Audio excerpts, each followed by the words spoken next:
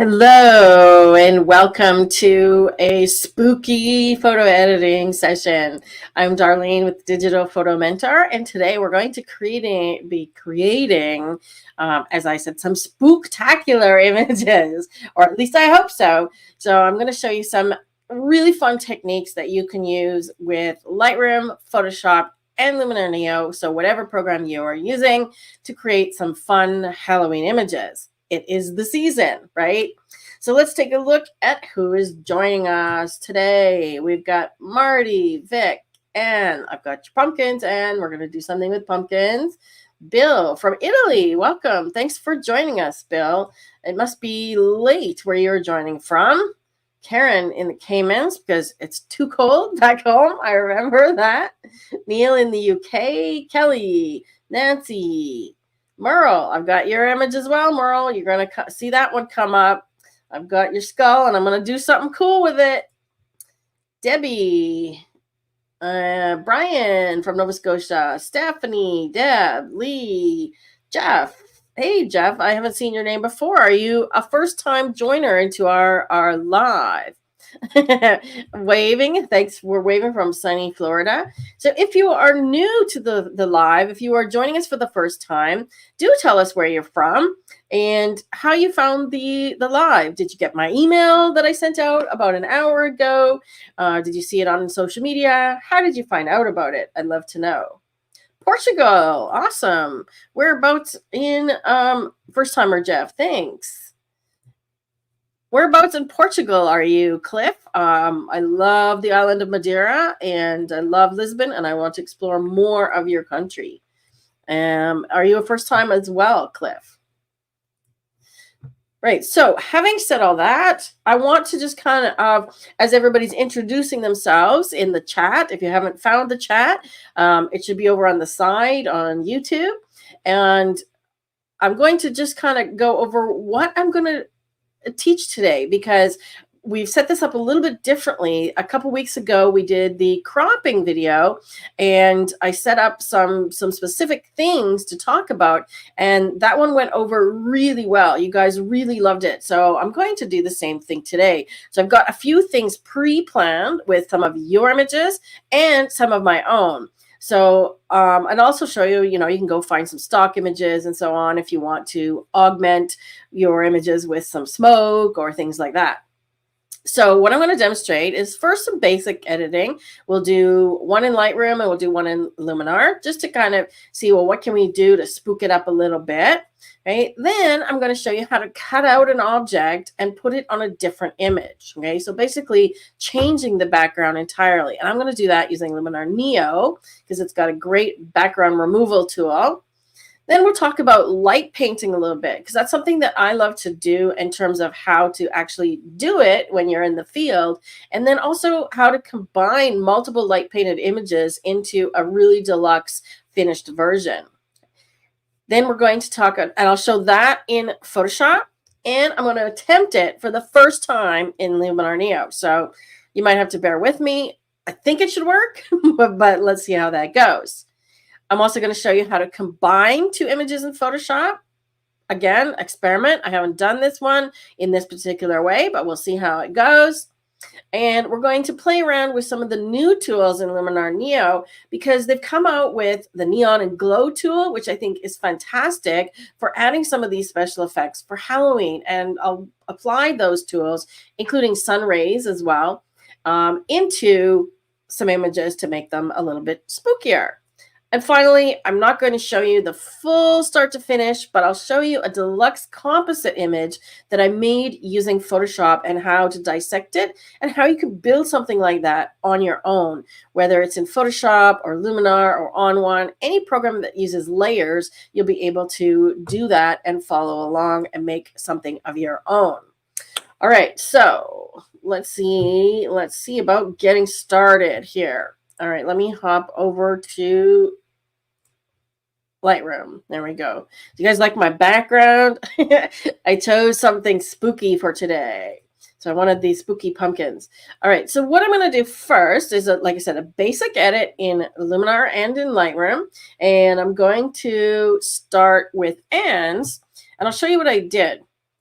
So Anne sent me these cute little pumpkins with faces and feathers, and I wanted to make them a little bit scarier looking. So I darkened the whole thing, but you also notice that I shifted the colors of the feathers because the green was too green.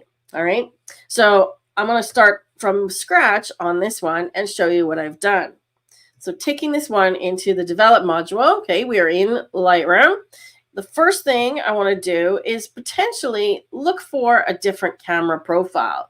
Okay, so camera profiles are up here, right? And I wanted one that was a little bit moodier. So I kind of looked in the artistic one, and I'm looking for something that had maybe some color. I didn't like those. I think it was a modern one that I chose. This one. Okay, so I think I started with this one here, somewhere in this range, or maybe this one. See, it's adding a bit of contrast. So I like what it's doing. Let's go with number 7. And modern number 7 is this camera profile. It comes with Lightroom. There's nothing special you have to do. If you have Lightroom, you have it. I use modern number 7 a lot, actually.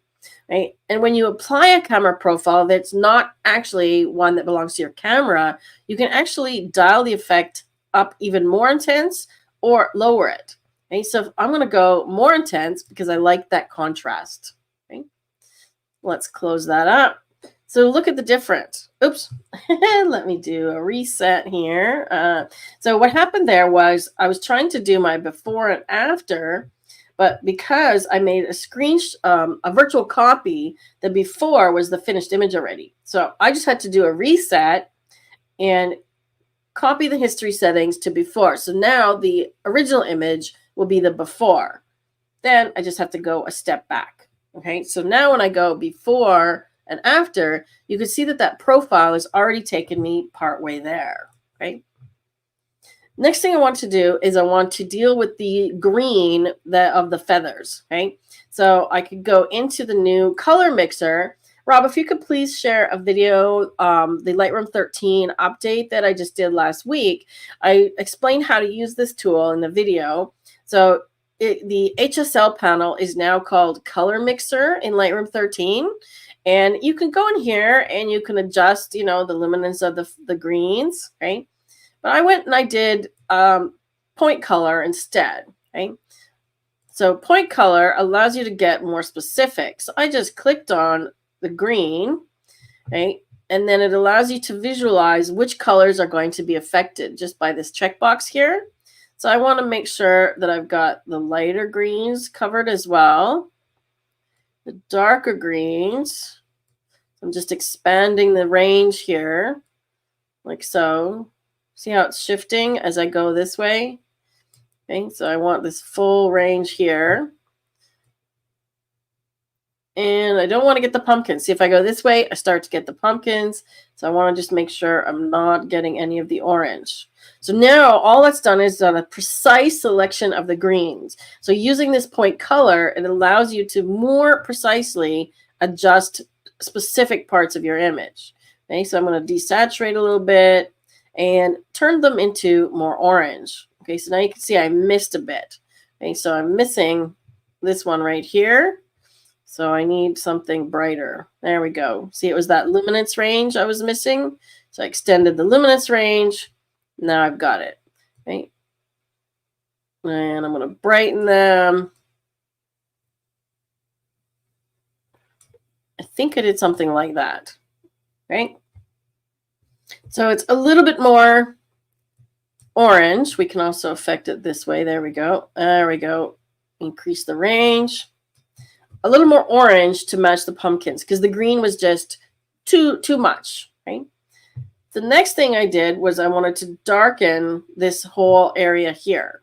So I'm going to use the mask and I'm going to choose background and cross my fingers that it selects all the stuff around the pumpkins, which it did. Okay, so I'm just going to go darker, and that's how we get that whole, see that?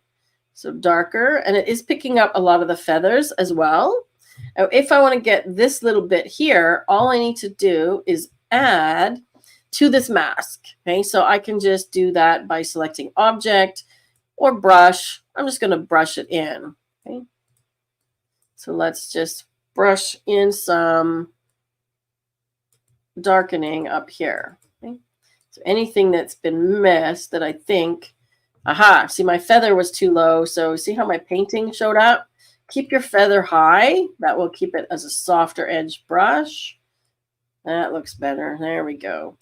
So I want to make sure I'm getting all these bits that are too bright. You can even do the top. Like so. Okay, so now we can see that the mask, if I turn the mask back on with the O key, okay, so it's masking those areas.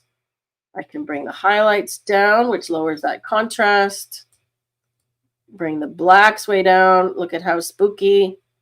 And I also lowered the detail because I didn't want this much texture. So I don't want the texture. Let's lower the clarity.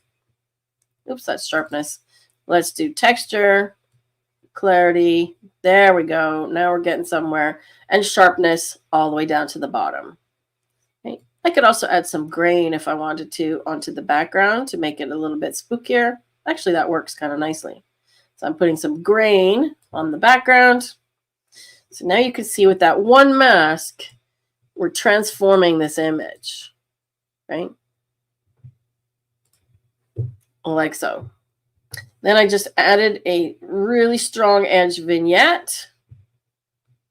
And let's go back to basic. Now I might just double check. The highlights aren't clipping. I'm just using the Alt Option key. Like so. I'm going to do the Shift double click, which sets the white point. A little too bright for me. So let's take a look at the before and after. I'm actually going to dial the saturation down a little bit. I kind of want it not quite so orange. And there we go. Let's see how close I got to my first edit. Let's compare. So I'll put the first edit on the left. My Lightroom is slowing down on me here. Oh, see, I did lower the color a little bit more. So my first edit was on the left. I definitely lowered the color a bit more, and I took more saturation out of the feathers. Okay, so if we want to do that, I can go back in here and go back to develop and just edit the mask. So that's the beautiful thing about Lightroom with these masks. This is all non-destructive editing, right? So I can go in here. Which one am I on? I'm on the wrong one. Okay, so this is the one that I just did. I can go back to the color mixer and remove more saturation. Okay, and we can darken the feathers. There we go. Okay, so removing the saturation. And then from the mask, I think I took some saturation from there as well. So that's under color. Nope, not curve. Where's color? Color. And then just lower the saturation a little bit. Okay. Keep in mind that even though I've used the point curve, I can still go back here and use the color mixer, right, which is the HSL. So I can still lower the orange brightness and saturation right from here. Okay, so using the point color doesn't mean your HSL sliders disappear. All right, let's see how close we are now. That's closer. And I added a bit of grain. Looks like I shifted the color a little bit as well, right? But you get the idea on this one that the plan was it was really bright and airy, and I wanted to make it dark and spooky. So that was my goal. Let's see what everybody is saying. Love the background. Made it for our kids. Awesome. Made a paper web and put it on the window. Oh, very clever. Okay. So that's how she got the spider web pattern. You know what? I didn't even think of that. How did you get a spider web shadow? Awesome. That's great job. Thanks so much, Kelly. So now you can go back and make that one more spooky. And Holly was at a witch parade. Well, how fantastic is that? You should have lots of images for editing for spooky now. Stephanie says, in it or photographing it? Both, maybe? Okay, so that was our Lightroom edit. So next thing, I'm going to go back to Luminar and do an edit in Luminar. So let me go back over here. I've got all the same images in my Luminar Neo. And the one that I'm going to edit just came in. Shelly sent me a couple of images. Are you here, Shelly? I think I saw Shelly. So this one is really cool. Looks like she did a setup with the pumpkin. And I'm not sure how she did this. I'd love to know how she did this if she's here. It looks like she's got some fog or mist coming out of the pumpkin. And he looks very creepy. He looks very, very creepy. Right? So I'm actually going to work on, this one. Okay. This was a stock image I downloaded. I was trying to find a funky background. Right? So this one I'm going to work on. So let's go into edit. And we could go and try a preset first, but I want to try doing some of the new tools and see if we can make that pumpkin glow from the inside, right? So what I'm going to do on this one is kind of funk it up a little bit with some of these neon and glow tools, right? So it's a raw file. And we can start with raw, develop raw, and look at the camera profiles. Okay, so by hovering over, do we like any of these? Ooh, I like that one. Let's look at how much more color and spunk that has. Don't want monochrome. Ooh, landscape's good too. I think I like that standard one. Okay, so see how much more spunk the image has right out of the gate just by changing the camera profile. If you are using a Fuji camera, unfortunately, our profiles do not show up here. Okay, it has to do with how Fuji does their camera profiles and so on. It's complicated, but just know that if you're on Fuji, you will not see your profiles there, and there's nothing that you have done wrong. Okay. So next thing I want to do, I've got my histogram here. I just want to make sure I've got it a little bit of white showing. Okay, so I'm going to turn on my clipping warnings. That's the J key. Rob can be sharing keyboard shortcuts while I'm on this. And I'm going to bring it up a little brighter. And you can see this highlight here is just starting to get some clipping. Okay. So I'm just getting some white there on the highlights. And I'm happy with that. Turn off my clippings. And okay, people are going to say, or you might say, well, the background is going extremely dark. I'm okay with that.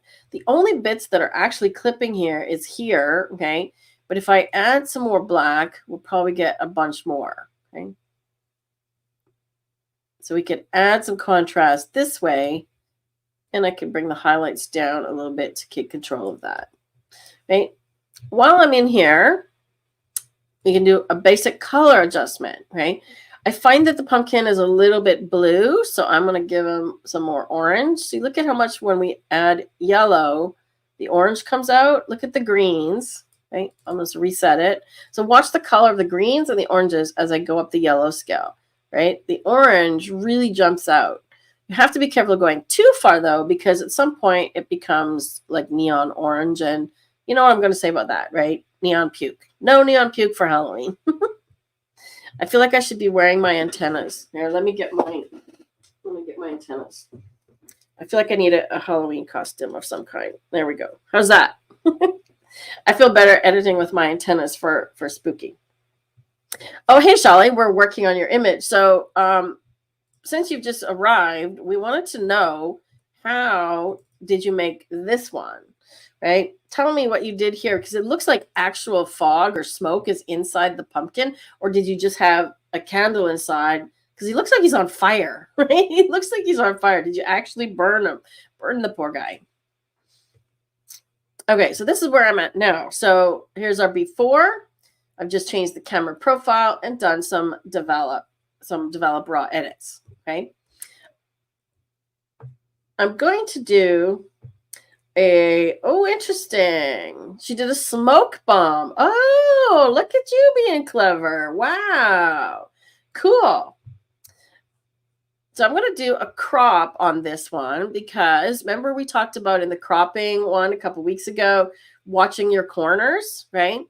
I'm just going to come off the screen for a minute because I want you to just see the image. Okay, so I want to get rid of this bright corner. Now I could use the new Gen Erase to erase it. I could use a clone tool, but I'm not opposed to cropping it because we could get a little closer on this pumpkin. So I'm just going to do Composition AI and come in. I want to put this pumpkin still off center. Actually, I don't mind that. Maybe let's give him a little bit more space.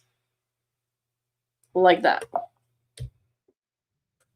Okay, so see how that just brought him in closer? So there's some really nice still texture in the background, and just less space around him. Okay. All right, next, we're going to keep this one fairly simple because I want to just add some of the tools. I'm just going to darken this on the edge vignette. Now, keep in mind, when you use an edge vignette after you've cropped, you got to bring the size in, right? Because it keeps the original size, and that's something that I've been asking for them to change forever, right? But I want to just darken this edge over here a little bit and the bottom. So I want to do something like that.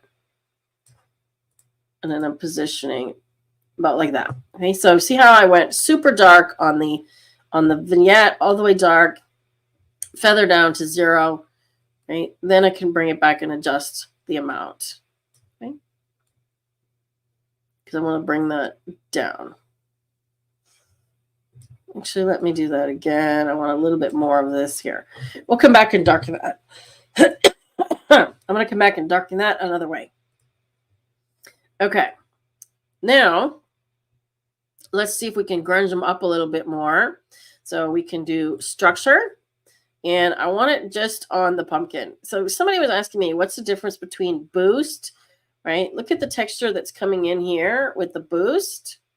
Okay, see it's picking up sort of middle texture versus structure. Okay. Honestly, I'm never quite sure myself what the difference is. But look at how it's picking up that texture in the pumpkin. And I only want to do that on him, okay? So I'm going to go quite extreme, and then we're just going to mask it using a radial gradient because I just want to do it on the pumpkin. I don't want to add the texture everywhere. Okay, keep in mind that these two lines, remember, it fades from here to here. So I've got to go bigger than the pumpkin so it fades out towards his edges. And I can make the fade a little bit smaller so that we cover him. Okay, something like that. Oops. Something like that. There we go. Now I'm going to copy this mask because I might use it again.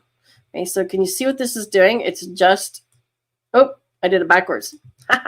So we're going to invert the mask. I forgot the option was on the outside. So if I show the mask, of course it's around the outside.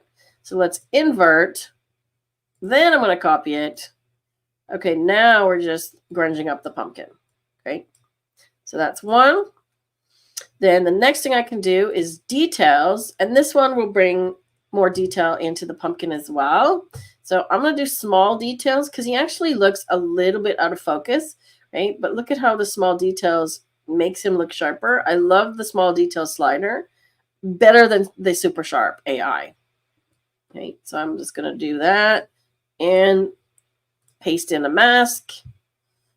Okay, so again, we're just sharpening the pumpkin. A little bit of the leaves, but that's okay. And then if I want to blur everything else, we can use the new blur tool. Okay, so we can go down to blur. And I have a neat idea for this one. I want to drag the amount up, and I want to do twisted. Okay, so twisted is kind of neat because you could do this kind of thing. Okay, but of course, I want to do the mask, but this time I'm going to invert it because I don't want to blur the pumpkin. I want to blur the edges. Okay, so see how this is coming along now? So I can make a blurry edges like so, or we could do tilt shift. We could do motion blur. Okay, so there's lots of neat things you can do with this to make it look blurry. Okay. Actually, tilt shift was kind of cool. So it blurs the bottom. and the top. So we want to make sure we don't get a pumpkin. See, these are the fade amounts, okay? And we can even shift it. So we could say, well, we want focus here, like so. And something like that. So that's actually kind of neat. And that blurs that one down here that I thought was problematic. Okay, so we can blur like so. I'm just going to dial it back just a bit so it's not quite so intense. Like so. Right, now let's add some neon. So while we're here, we've got neon and glow. So there's 3 different tools here, really. So you've got glow, which is inner glow, right? And if I drag the slider up, it looks for the subject and it's going to put a glow inside. So let's hope it finds the pumpkin. Okay, it takes a minute to analyze. I guess I can come back on the screen now. So see what it's done. If I look at this here, it's got an orange color by default. Okay, so you can see it's actually glowing, making the pumpkin itself glow, but not inside the pumpkin. Okay, that's trickier. If I change it to outer glow, right, now the pumpkin glows on the outside. And you can see it's kind of got the mask wrong, okay, but we can refine the object. Okay, so if I want the glow only coming around the pumpkin, okay, it thinks that this is part of the subject, so I just have to erase it. Okay, there we go. So when you put your mouse over and click, it shows a blue sort of mask over where it thinks is the subject. So anything that is not, just erase it. And I'm going to draw in here because it missed the tip of the stem. Okay, so now we've got this glow, okay, coming around the outside of the pumpkin. Okay, and I kind of painted incorrectly there, so I'm going to zoom in a little bit and do another erase and make sure that I get it erased from, I've gone outside the lines. I painted outside the lines is what happened. So it was glowing too far away from the pumpkin. Okay. Oops. I still need to refine it again. Okay. There we go. So I want to just make sure that it blends nicely like so. Okay. So refine the object. So now we've got a cool outer glow. Let's make it a little more orange, not so yellow, like so. And if we open this bottom panel, we have sparkles. Okay. It's a little bit weird, but you know what? In this case, it could work for us. So I'm going to drag it up. And I'm going to adjust the same hue, okay? Because right now it's over here in the blue-purple range. So I'm going to make the hue 40 to match 40 up here. So they're both orange, okay? So we can spread the glow of the sprinkles and the amount, right? So that's kind of cool. And we haven't done the final tool. So we looked at inner glow, outer glow, right? Let's bring this down just a little bit. I think we've got too much sparkles. There we go. Look, a little bit more subtle. There we go. We could also make it more orange versus more white. Oh, I like the orange. Let's go more orange, right? And then go back to neon. So neon will allow us to create something completely different. So we could create neon eyes just by drawing. So they added this new tool. If you could please share this, Rob, because I think it was in the one I did about the update, 1.4, I believe. Check that one. Okay, because they added an option to draw in the neon. Okay, you can do this one, which is the automatic one, and it selects the subject for you. Now you saw it analyzed pretty quickly, right? That's because I've already done the analysis using the same tool, right? So it's using the same outline, okay? If I want to, you know, have this orange glow around the pumpkin, we can bring it right in. Okay, so we've got something like that. So now we've got this orange glow around the pumpkin. But what if I want something different, okay? Because I don't know if I want the outside of the pumpkin to glow, to be honest. So instead, I'm going to draw it where I want it, okay? Now, here's a little trick, okay? I'm going to use a very small brush.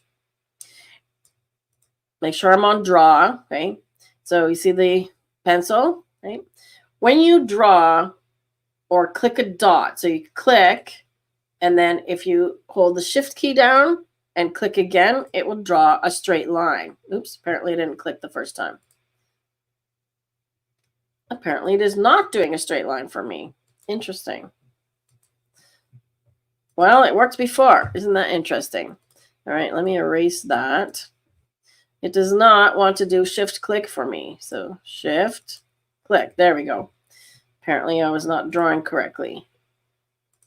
Okay, so now I've drawn a triangle, and I can set that same orange hue, a little bit less white, and then decide, you know, how do we want to make that apply, right? And if I do the same, so click, shift click, shift click, shift click, and I could kind of do the same on this one. We'll just go around the eyes like so. Now the mouth is going to be tricky, right? I don't know that I want to attempt the mouth, but I'm going to do something like this. I'm just going to do in the middle of the zigzags. How about that? Let's see what that does.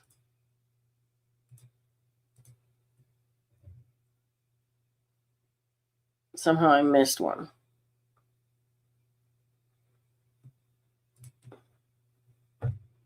Okay, that's not bad, right? Let's do one more. If I was using my graphics tablet, my Wacom tablet, I could probably draw around the pumpkin's mouth better, right? But I think that's kind of cool, right? So we can decide we want more glow, spread it out more. Do we want less orange? Actually, it's more yellow, isn't it? Let's make it a bit more orange. There we go. Okay, so that's what we got with the glow tool. Now he looks kind of evil, right? One last tool that I might use here is actually sun rays, right? The other one that came out, which is an extension, is Magic Light, right? We could try Magic Light, and that's going to add stars around things, though. So I'm not sure that one's going to work. But sun rays is kind of cool for adding a starburst, okay? And we can place that inside the pumpkin, so we can tell it, okay, it's inside the pumpkin, and then we can make it warmer, right? And just do some funky things like there. I want to dial the sun radius down. I don't want the sun showing, but I want the sun rays. And one of my favorites here is randomize, so I can literally just randomize it. But the neat thing about this tool, right, is the overall look. So I can literally use it to darken the whole image, okay? So I don't even need a lot of sun rays coming out, and we can have them just coming out the top, right, out the eyes, by masking it with a linear gradient. So it's only coming out the top, not the bottom. Okay? So from top down. So now let's see what we got. See that? I think that's super cool. I'm going to add one more vignette and go super dark. Need to come closer, obviously. And then I'm just going to place it more over here because I want to get these plants darker over on this side. Something like that. Okay, so let's see our before and after. Is he creepy? I gotta like it. Shelly says, so cool. Nessie. Right? Great use for the neon tool. So the neon tool is the time, Halloween is the time to pull out the neon tool, right? He looks evil, but he looks cute at the same time, I think. Well, Shelly, I would love for you to try that and then share in one of our Facebook groups. You know, if you're in the Digital Photo Mentor group, share your results. Rob, if you could please put a link to our group, our main group. Please share your results. If you're trying any of these things from the live events like today, please share them in the groups because I'd love to see what you do. Thanks, Lee. Awesome. Okay, so that was just the beginning. I've got so much more. We're probably going to do a long live today because I've got a lot of stuff to show you, right? So that was our first one. Well, technically our second one because we did one in Lightroom. Okay, cutting out an object. So the next thing, let me get into Lightroom here and find the images I'm going to use. So Merle,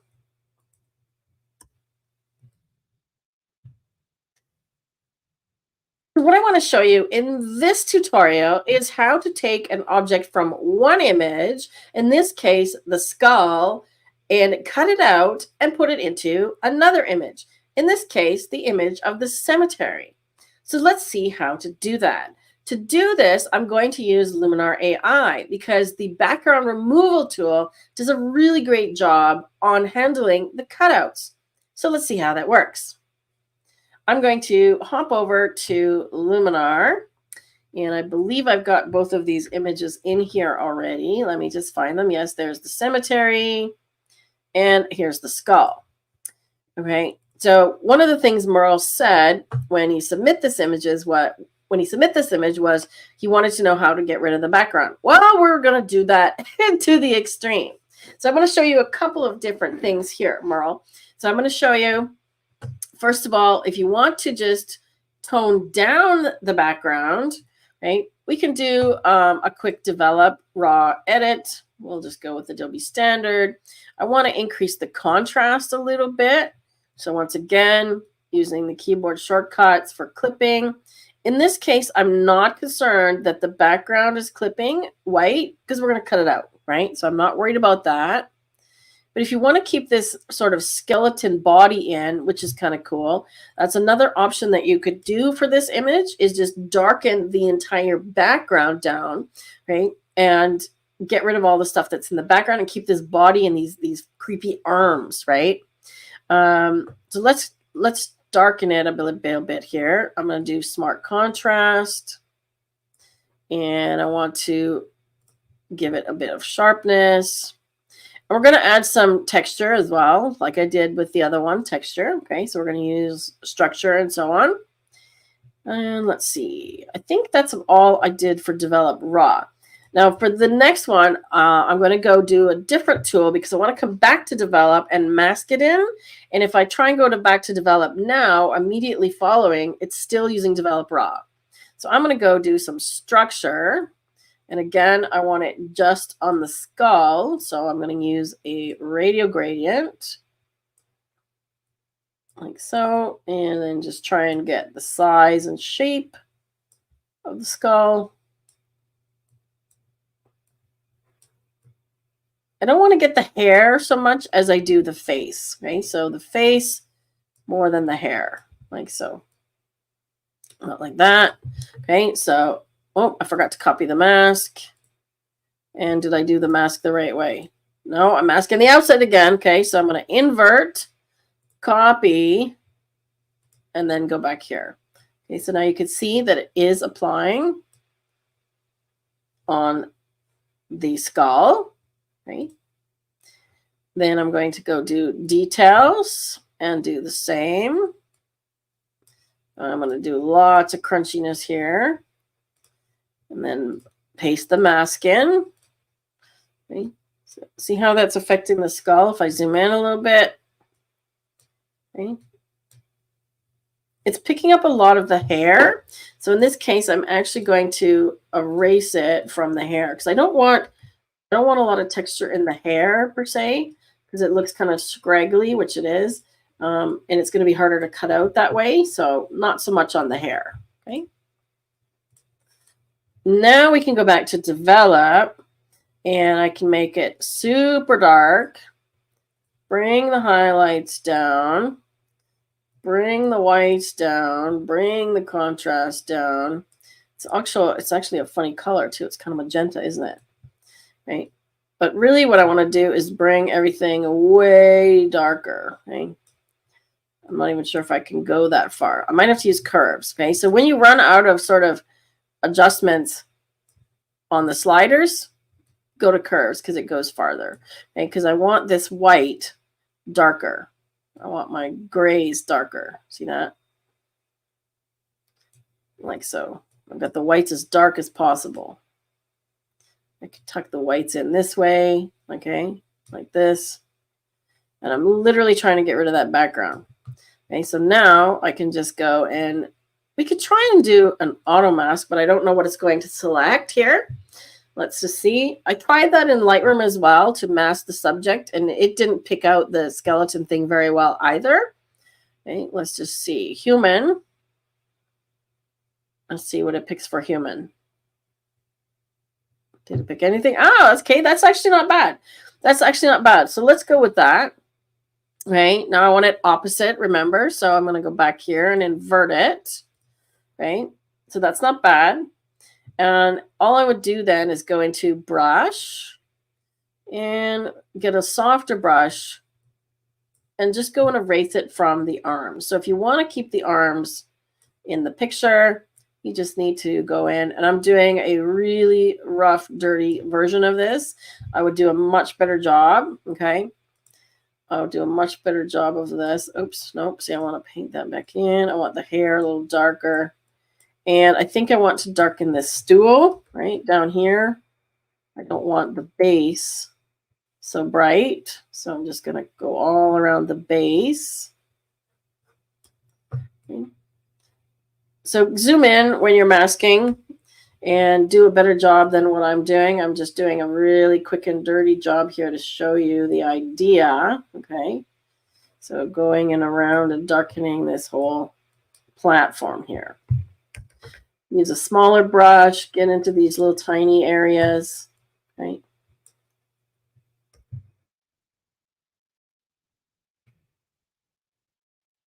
And I'd probably just crop the bottom off, actually, to be honest. Okay, so now we're getting closer.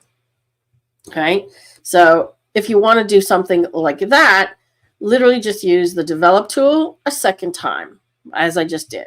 Okay, so I'm just going to crop this one a little bit from the bottom. So I'm going to go free because I don't need all of this space. And for the purposes of cutting out the skull, right, you'll see what I'm going to do in a minute. So I'm going to crop that. So that's one version of this edit. But to cut the skull out, I'm actually going to go and undo this develop because I want more contrast between the skull and the background.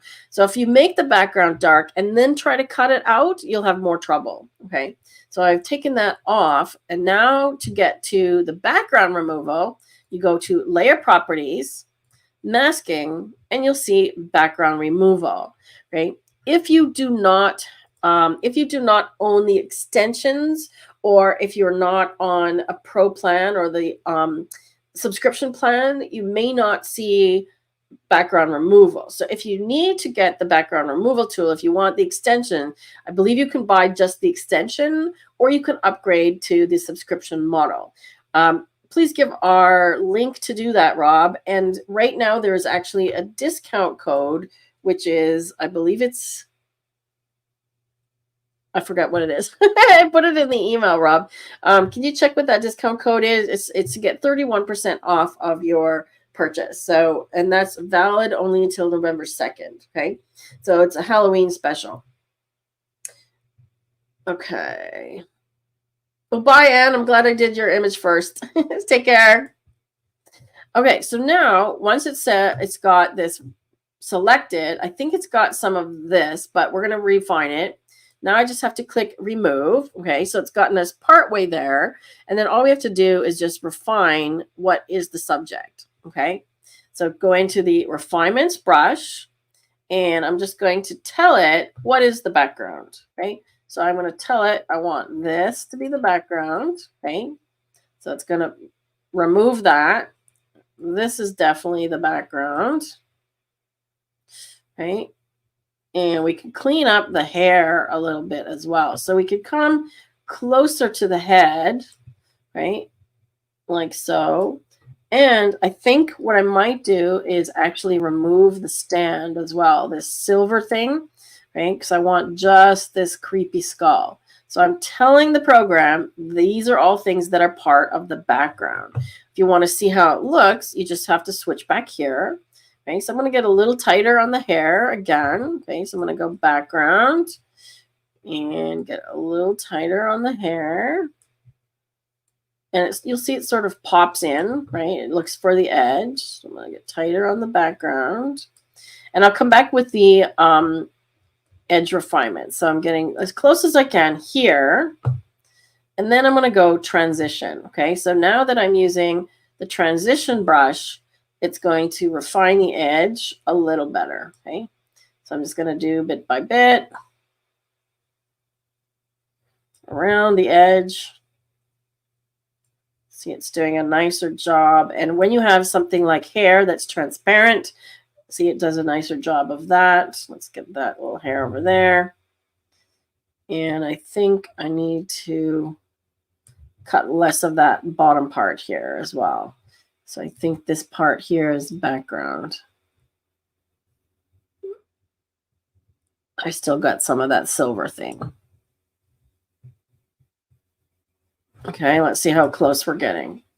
Okay, so we're getting close. I've got a little bit missing of the chin here. I could take some of the hair off.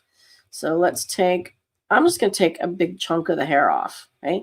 So we don't have to go with the actual original object. I can cut the hair off and just say, you know what, this is the object here. So then we lose all of that hair.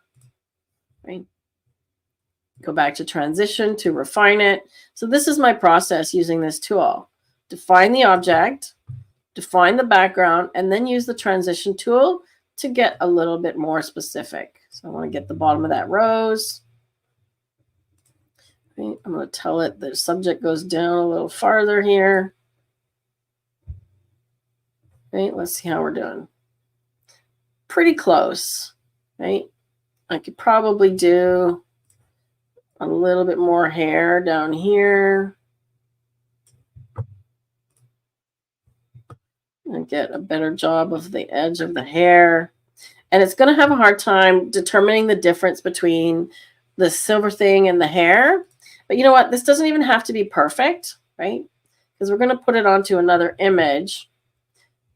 Let's get this wispy hair a bit here. So I want to get some hair so it looks a bit more realistic. Let's try that. Something like that. Okay, so as I said, it does not have to be perfect, okay? We're going to put it on, and then we can still mask it after we put it onto the other object, okay? So we're pretty close. So now, once we're done with this thing, if we say, okay, yes, we're happy with that, I'm going to go a little bit more background on this side so we have a little bit less hair. Do the transition brush again. So see, I'm literally just cutting his hair. Cutting the poor skeleton's hair. Or do you think we want the whole hair? Okay. If I've gone too far with the hair, we can put the hair back. Let me just go around the outside. We'll get more of his hair back. Because it's kind of cutting out weird. See how quick that goes? And it just zaps into the edge. So it's looking for the edge. Okay. Let's try that. That looks better. Okay, so now we go back here and we've got this object. Okay, so what are we going to do with this thing? So if I export it as a new JPEG, or if I export it as a new JPEG, it will have a white background.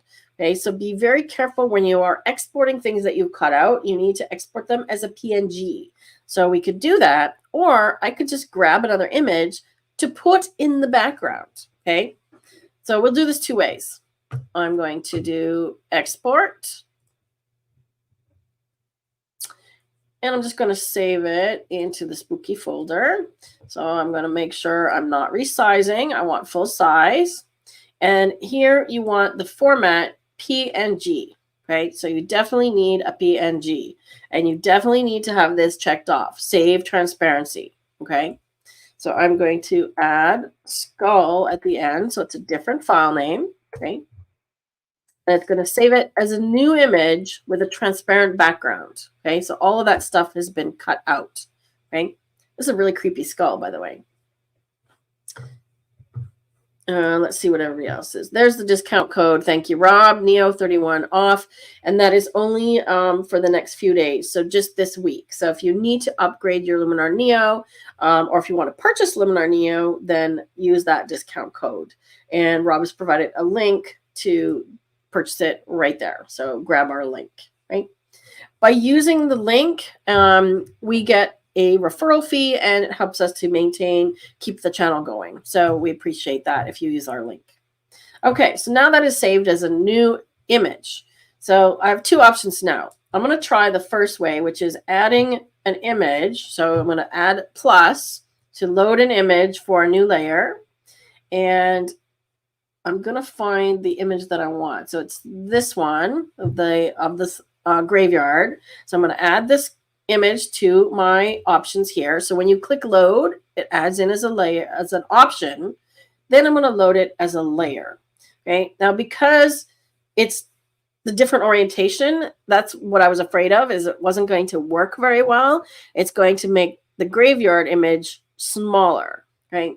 So I kind of want it on the bottom and the skull on top, which we know, right? So let's do that. And then put the skull on the bottom. Right, now we can make this bigger, but you see it won't show the whole image. So I'm going to make this one smaller instead. Oh, it won't let me do that. There we go. Okay, so now I can make this one smaller. And you can see our cutout is not perfect. We still got some white bits there. Right? But then I have to go and crop it. Okay, so it's kind of, not working as great as I'd imagined, right? So I'm actually going to undo this. Okay, so I'm going to undo. Oh, look, undo actually works now. Let's just see. Can I get all the way back? Undo, undo. And it looks like I've got some of the stuff down there too. Okay, so there's the full layer. Undo, undo. I'm just undoing to get back where it was. Takes a while to undo. Come on. There we go. Okay. So instead, I'm going to do it the other way. So I'm going to go to the catalog, find the cemetery image. There it is. And add the new exported skull image here instead. So now we've got the full image. Load a new layer. Find the skull. Now it should be fairly straightforward because it's a PNG. Let me just find it. Where is it? It's got Merle's name on it. There it is. Skull. Okay. So you're going to find the image. Add it to the options. Okay. It doesn't automatically add it as a layer. I wish it would.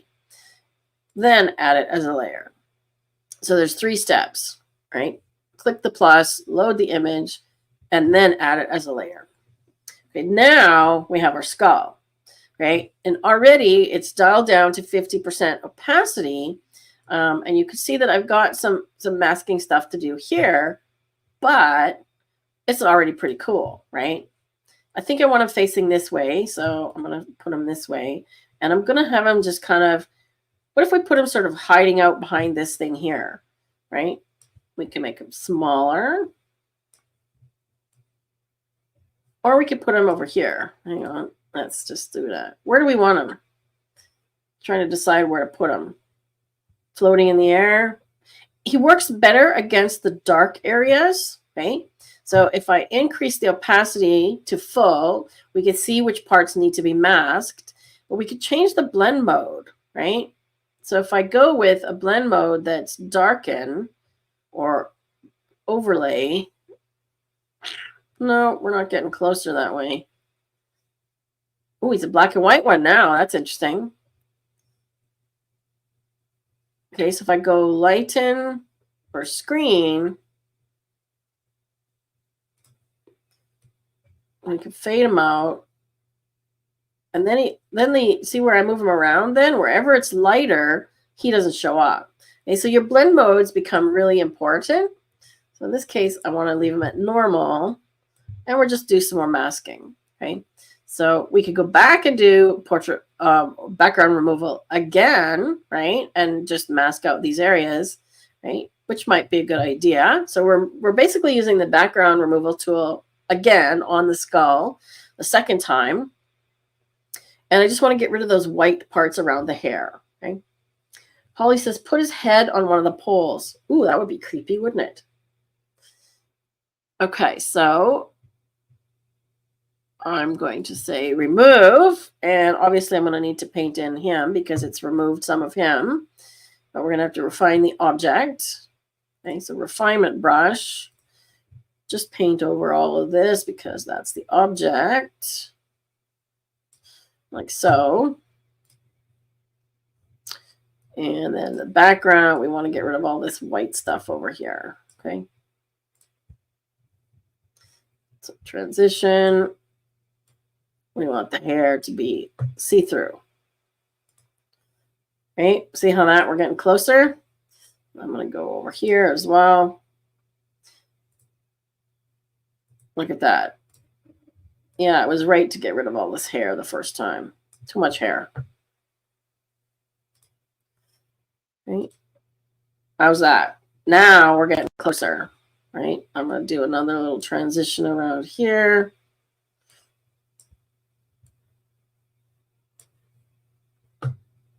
Like so. I still don't like this part in his hair. Or this little thing right here. So I'm going to get rid of that. And then just do a transition.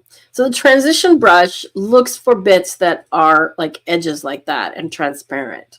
You see that? So it does a really good job of hair and things that are sort of, you know, in between. Okay. That looks pretty good. I still got this bit here that I want to get rid of.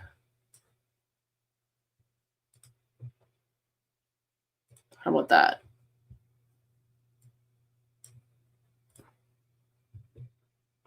That looks pretty realistic, right?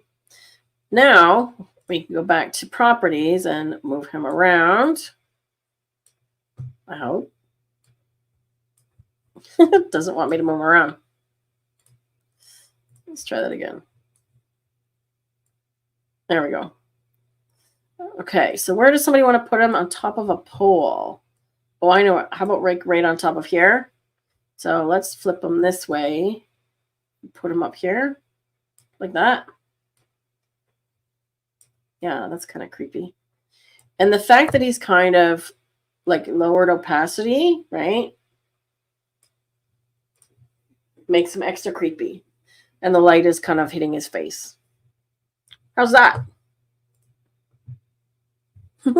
Okay, so we've created a creepy skull. And guess what? We can duplicate them. So if we want another skull, we can just duplicate that layer. We've already done the masking on it. We can put another one somewhere else. Okay, so I'm just hitting duplicate.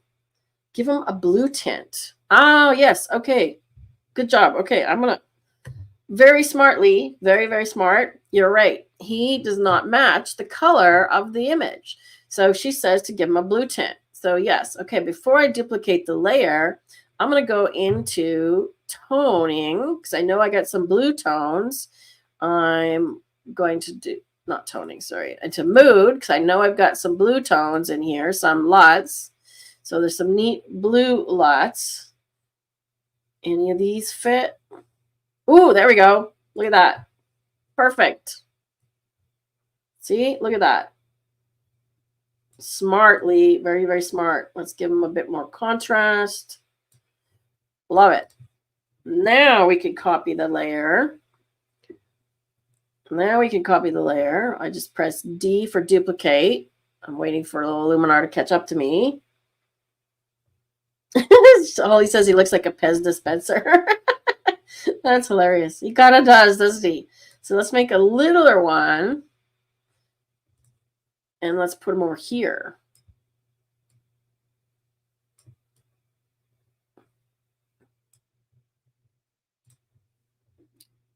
Right? So there we go. And I could mask them differently. I could make them a different color. You know, like this one is on this layer, right? So I could just say, well, let's make this guy black and white. So now this one is black and white. And then maybe I want to do toning to just give him a blue tone in the shadows. So we can do blue tone like that. So now he's more black and white. See that? And he blends in a little better. So, Merle, what do you think? So we've cut out your skull and put him into an image of my cemetery that I took in Japan. Cool, right?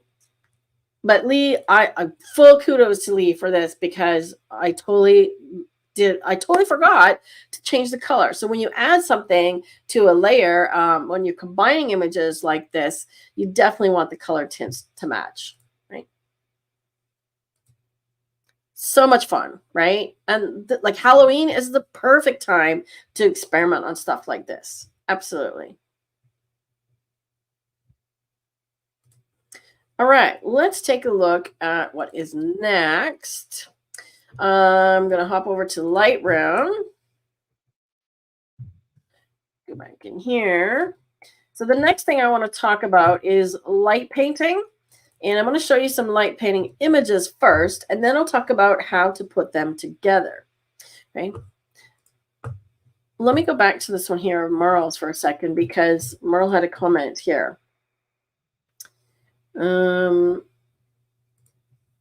Shows why we shouldn't delete images. You might be able to use parts of them. Exactly. Take pictures of weird things. You never know, right? Can you take this photo into magic light to get the stars on the lamp? Yes, absolutely, I could. I can do that.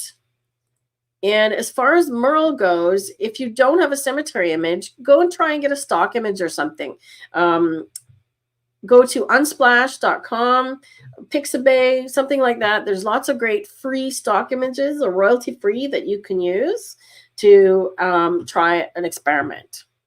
Okay, so you wanted magic light. So make sure that you're on the right layer. So I'm on the layer that is the blue one. Okay, so I'm on the cemetery layer. And I go to magic light. And then just turn it up. Okay, so there's the stars. Now notice it's picking up one there and there. Okay, so I definitely don't want this one. The one back here is actually not bad. All right.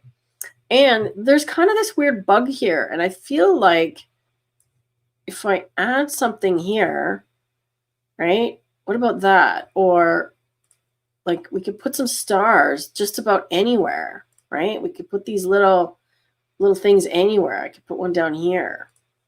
So another great addition, right? So we can adjust the amount of the glow.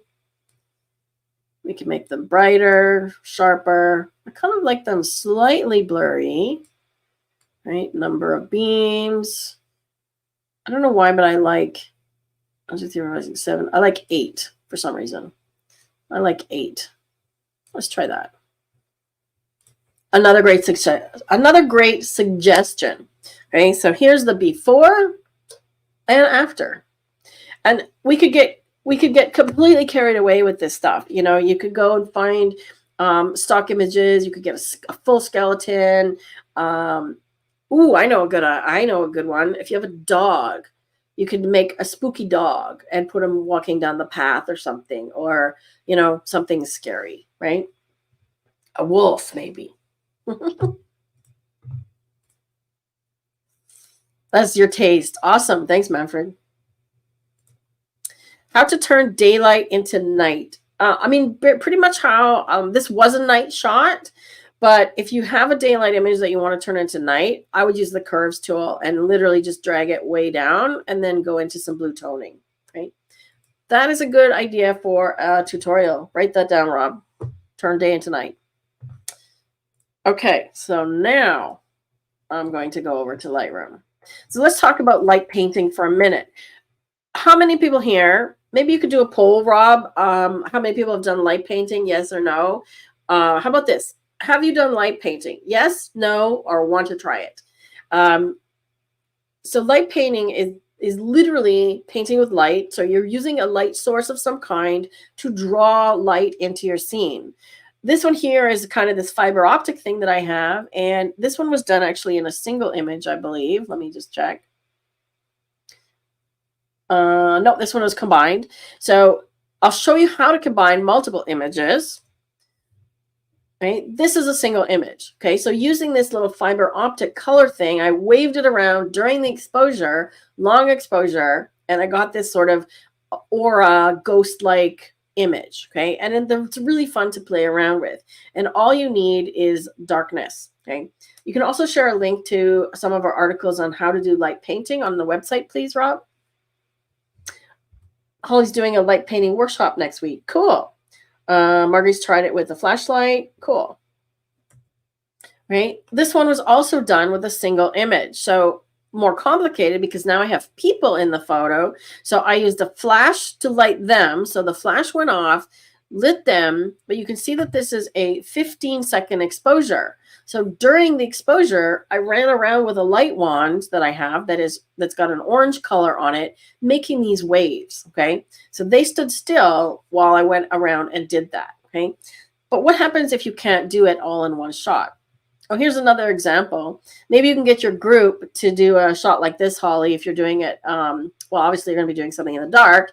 So we had a group photo at one of the workshops that I was doing. We were doing this light painting inside the church.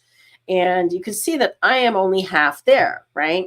So I stood there, put a flash on my face, flashed myself, and then left the picture. So during the 30-second exposure that you can see here, everybody else stayed in place. I left, so then I became a ghost. So that is a single image as well. Okay. But let me take a look. Let me show you how to build it with multiple images. So I'm just going to get myself off the screen for a moment. Okay. So these are all individual images. The first thing you want to do is take one that's dark like this with no light. This becomes your base or your bottom image. And then as you start doing some light painting, you can do part of the scene at a time. I guess I can be on the screen here. You can do part of the screen at a time, and then we can build them together later in Photoshop or Neo. Okay. Let me go to the next one. Okay, notice that the camera tilted here, and I'll show you how to fix that in Photoshop. I don't know if Luminar can do that as accurately, but Photoshop has a really accurate way of doing that. So here we are doing, again, long exposures. These are 30-second exposures. You can see that, okay? And as I'm going through the room, I'm lighting a different portion each time, okay? So this time, this guy was attending the workshop, sat in the chair. Same thing as me. He left halfway during the exposure. So he became a ghost. Okay. I lit his face and his hands and his feet, and his body didn't show up because I didn't light him. Okay. There's another version. Okay. So we tried various different things. This green light here is actually from my flashlight. Okay. So that's one thing I have to watch. You get light bugs like this if your light points back at the camera. Okay. But those are things that can be masked out to get a final image that looks like this. So this is the final combined image, taking all of those different images that you saw, putting it into one. Okay? Want to see how it's done? Yes? No? Who wants to see how this is done? Okay? It is freaky, and making ghosts out of people is fun. I like ghosting myself. Okay, so I'm going to show you how to do this. We're going to do it both ways. And I said, I'm going to show you, I'm going to attempt to do it in Luminar after I do this one. Okay, so I'm going to pick, I'm going to pick these images. Okay, so these are all the ones that I showed you. Why does it say that they're missing?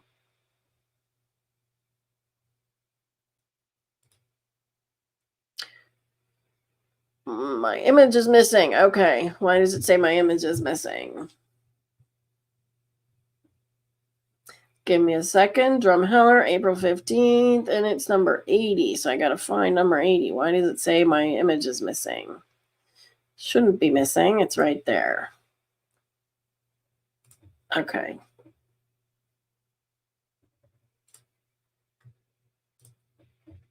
For some reason, it doesn't like my images. All right, I'm going to go to the folder instead. Let me see. I can get them from here. I don't know what's going on here. It does not find my images, but clearly they are there. All right, we're going to try something different then. All right, going back to plan B. Plan B. All right, let me show you the next set then. We'll do this one. Okay, so here's Cuba car. Done in Cuba, so lighting up, same idea. Okay, so I've got one that's dark. Then we started adding the light. Okay, so different exposures, lighting different parts of the car. We had another car go by, which gave us some tail lights and headlights of a bus or something. Okay, there's a bus. So we got some really neat things happening where all these lights went through, and I combined to make that image. Okay, so let's try this again. So I'm going to go back here, just to be clear.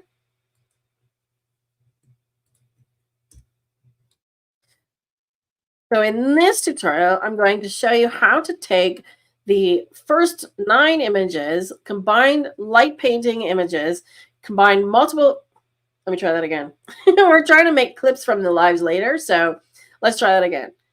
So in this tutorial, I'm going to show you how to take several different light painted images in separate images and combine them into one final edit using Photoshop. Okay. To do that, you just need to select all of the images, which I've done here. So I'm just going to deselect the finished one. And once you have your images selected that you're going to use, you're going to right click, choose Edit In, and then Open as Layers in Photoshop. This is key. Okay. So it's going to take a minute to do that. And while it's doing that, I'll see if there's any questions. Your Lightroom does that too. I'm going to have to look into that because the images clearly were there. I'm not sure why it's not finding them. So bizarre. Ghosts are okay as long as they pay in cash. I like that idea. Yes, exactly. I'm going to solve it afterwards. Shutting down Lightroom, restarting often does, yes. When in doubt, do that. Reboot the software and reboot your computer. But the car is kind of cool. So we'll see how to make the car. All right. All right. So as you can see, Photoshop is opening. It's still working on it. It's opening all the layers. Because I asked it to open like 9 images, it's taking a while. Okay. And there they are. Okay, so I'm going to show you. Let's just move this over here. I hate this thing. Let's pin that over there. Okay, so you need to see the layers to do this properly. Okay, so here are my layers. You don't need to see characters. So here are the layers. So this is the one that has no light on it, right? The first thing you want to do is put this one on the bottom. So drag it all the way to the bottom. Then turn off all the other layers.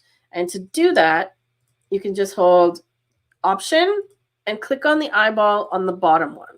Okay, so hold Option, click on the eyeball, and it makes that one active and all the others get turned off. Okay, I just need to close up some of my things here because I can't see you guys. Okay, so the first step is put the one without the light painting on the bottom. Okay.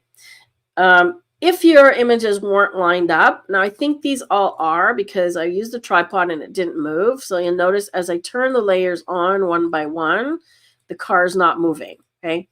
If you needed to align them, if there was movement, like you saw in the one that I showed you a minute ago, just select all of the layers and go up into here. It's in your edit panel.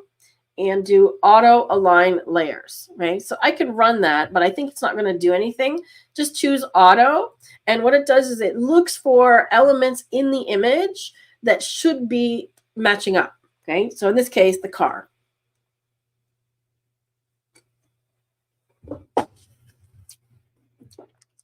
Okay, as I expected, it didn't do anything, right?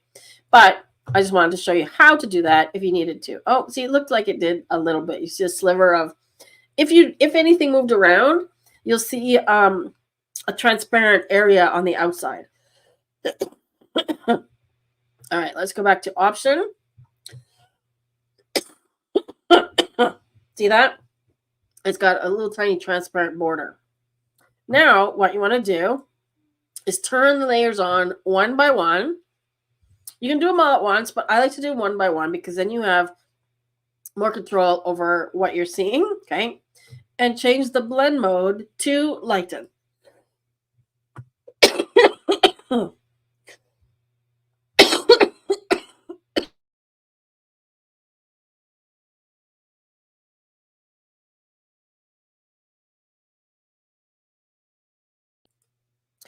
Sorry, I got choked up. Give me a second here.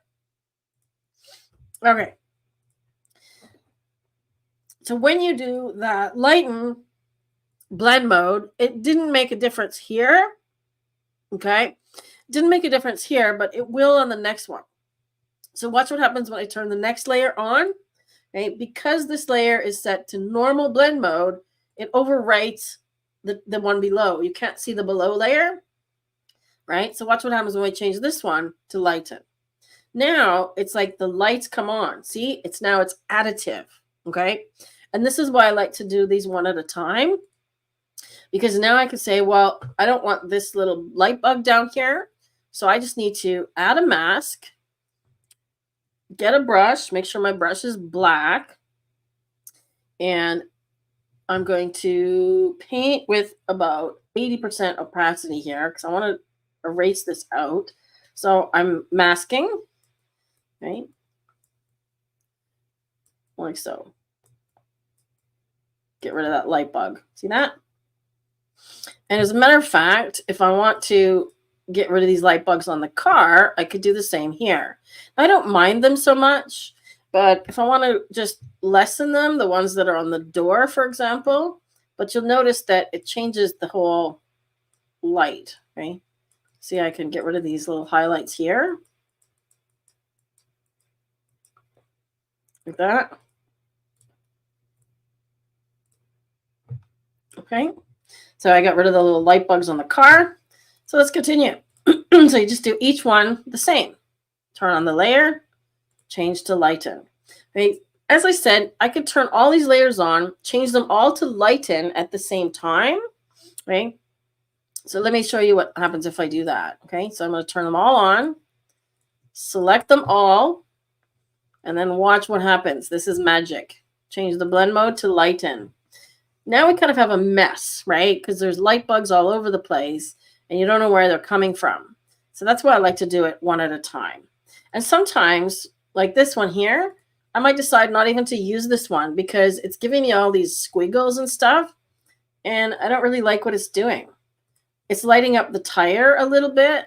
So what I might do is put a mask on it, invert the mask, which is Command I, and then use a white brush. Let me get my toolbar over here so you can see what I'm doing. So now I'm going to have a white brush, and I'll just paint it in where I want it, okay? To show the mask or hide the mask, I'm doing Shift-click on the mask. This is all stuff that I teach in my Photoshop class. Right? I like the highlight that it's done up here. So I'm going to paint up here. See that little highlight? So when I turn it off and on, I'm like, which parts do I like? I like it doing some stuff in the bumper. So let's do that. I might even go at 100%. So I'm painting it in. Okay. So I'm just adding the highlights that I like. Because I don't like all the squiggly bits. Okay. So then let's go to the next one, turn it on.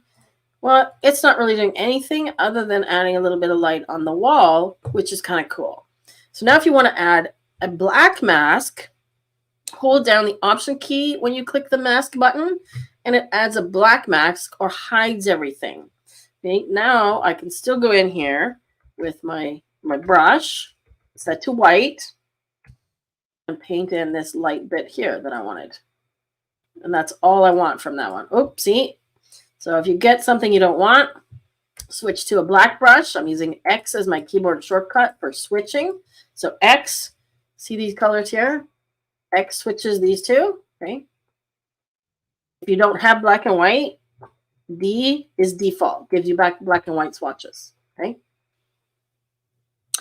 Okay, let's do the next one. I don't think that's really adding anything, so I'm just going to leave that one off or delete it, okay? Next one. Again, same thing. Maybe it's adding some stuff in the tires, so I'll add the tire highlight. So that's doing a nice job there. But the rest of it is just kind of making a mess, right? Maybe a little bit in the bumper here. It's brightening up the bumper. And then finally, this one.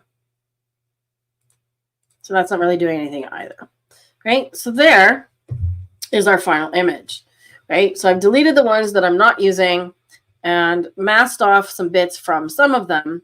Oop, I got a light bug here from somewhere. See this light bug here? I got to figure out where that's coming from now. So turning off these layers. Aha! That one. Okay, so I forgot. I turned this one on and I didn't mask it. Okay, so I'm going to use a black mask. Get rid of that. Yeah, I don't like that there. The other thing you can do, okay, is turn a layer opacity down. So I like what this is doing, but it's kind of taking away the drama of the other lights. So I'm just going to take the opacity of this layer down a bit. See that? It's maybe about 75%. So now it's just gently lighting the car. I'm going to mask it away from the background here too. I like the background darker. So I'm taking it off of this background. I do this a lot where I'm just turning it off and on just to see where it's going. So I want the ground darker. See that? So I turn it off and on. I don't want it lighting up this bit.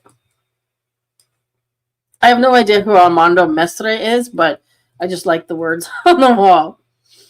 And I think I'm even going to darken the tire a bit because it's brightening up the underside of the car too much. Okay, once you are done, okay, so this is Photoshop. This is key. Do save, okay? Not save as, save.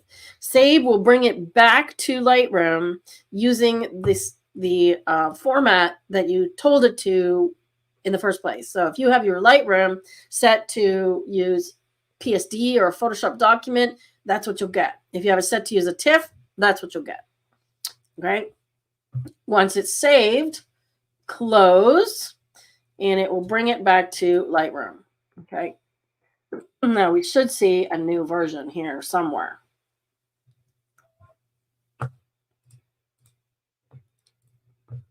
Question. Do you use light and blend mode on all the layers? Yes, except the bottom one. Okay, so the bottom one stays normal. Okay. Now, where did my new one go? Oh, there it is.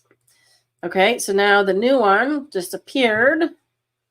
Where did it put it? Right here. Okay, so this is the new one. So let's compare it to what I've done in the past. So that's the one we just made. Looks like I cropped pretty similar, right? Brightened this one a little bit and added some sepia tone, but pretty similar. So all I did here was crop it a little bit, and that would be the final image, right? Get rid of some of the bottom. Like so. So pretty similar, the three that I made different times, right? So it depends on how I interpret, what I'm making. It looks like I've got some more light on the front on this one, and I turned on the headlights, okay? So I think probably I missed an image. There's another one where I lit up the headlights, and in order to light up headlights, if you're painting a car like this with light, if this is the headlight, okay, put the flashlight straight in and just rotate it around like this, okay, touching, and that will make the headlight look like it's come on. Or you can use the neon tool, right? Simple. Now, what I want to do is I want to attempt to make that in Luminar. And I want to see if we can do the same thing because the images are nicely lined up, right? So what I need to do is find the darkest one. Okay, so I'm going to find the one I'm going to start with. Now, I'm not going to do them all, okay? Ah, see, I missed that image, looks like. There's the one with the lights on. I missed that image.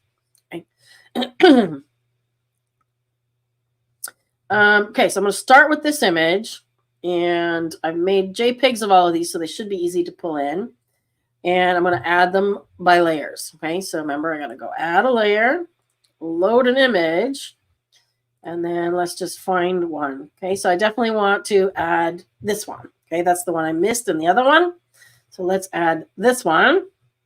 I'm just going to add them all, and then let's see, what else do we want to add? We want to add, definitely we want that one. It's only adding one at a time. Oh, no, there it is. I wonder if it will let me add them all. No. So unfortunately, we can only add one at a time, which is kind of a bummer. Let's do one more. Did I do the yellow one? Let's do that one. Okay, so we're going to put 3. We're going to add 3 on. Okay, so I'm going to pick the one with the red first. Okay, and all we need to do, remember, is opacity 100%, blend mode, lighten. Okay, so that one looks good. Nothing to do there. Now, because this is on a layer, right, we can go to develop on this one if we want to punch up the light, for example, right? If we want to increase the whites, right, look at that. The green picks up nicely, right? And even the shadows a little bit, okay? So we can do some editing on each individual image. Now let's go add the next one. Okay, remember? So that's what that image looks like before we change the blend mode. Change the blend mode, okay? This is what we're getting. Now, we don't want this light bug over here. Remember, we can mask. So I'm just going to mask and erase like so.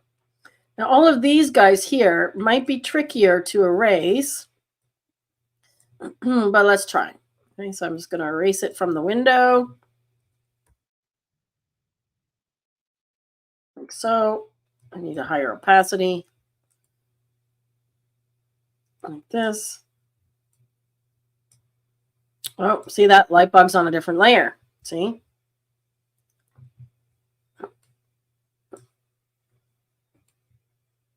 Get all these light bugs in the middle. See, that one's on a different layer too. Right? So I might paint that back. So I thought it was on this layer, but it's on the other layer. Okay, if we want to see what this one is doing, just dial it down to 0. Aha. Okay, so it's this one over here. So I could definitely erase that one. There we go. So this one is a little bit trickier. You don't get to do the eyeball. Let's go back down a layer. Okay, so that's where these little marks are. So if I wanted to erase them again, just go into brush, erase, and maybe not even full strength erase. Okay, something like that. Right?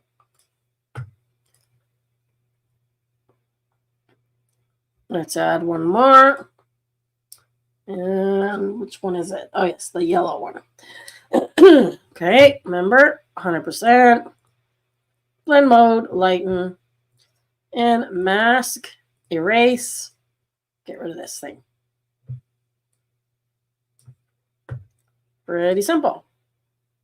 Now, is there anything else here that I missed? No, that looks pretty good. It's lighting up underneath here. If anything, I might mask the ground a little bit because I don't like where it's lighting up right there. Let's keep the ground darker. There we go. Okay. What do you guys think?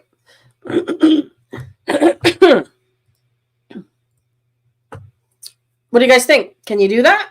So a little bit easier using Lightroom and Photoshop, but absolutely not impossible to do this with Luminar. You just have to make sure that all of your images are pre-processed into JPEGs, and then combine them one by one, adding new layers. Okay? A social republic revolutionist. That makes sense. I was in Cuba. Thank you for looking that up. Seems like it was faster in Neo. Yes and no. I've done some with over 30 layers in Photoshop. And if I don't have a lot of light bugs and things to mask out, it's faster in Photoshop because I can grab all 30 and layer them all at once. In Neo, you have to add one by one, and you have to export your JPEGs first. So process them first and then export them. Whereas from Lightroom to Photoshop, I'm sending over the raw files. Pretty cool, right? There's still more that I want to show you, so don't go away. Catch the rest on the replay. Yes, we're not done yet. We're going to have an epic Halloween episode today. All right, let me just check my notes because I'm only like partway in. Well, I already added one, sparklers and smoke, so let's do another example. Let's combine two images again. So I'm going to leave this one here. I'm going to come back to Lightroom. And what I want to combine, I've not attempted this, so we're going to see how this goes. So what I want to attempt in this tutorial is to show you how to combine two completely different images. I've got one that is black and white over on the far right, infrared, and one that is in color. And I want to use the color background on the infrared image, or vice versa. We'll see how it goes. So I'm going to combine these two in Photoshop and then decide how I want to blend them. So you'll see how to do that using Lightroom and Photoshop. Then we'll attempt the same thing using Luminar. So once again, let me get back into display mode here. Select your images, right-click, edit in, and open as layers. So any editing that I've already done on these raw files will apply and bring that into Photoshop as part of the raw layers. And the question Marguerite has about, yes, I exported JPEGs from Lightroom onto my hard drive in a folder that Luminar recognizes, so then they are in Luminar, correct.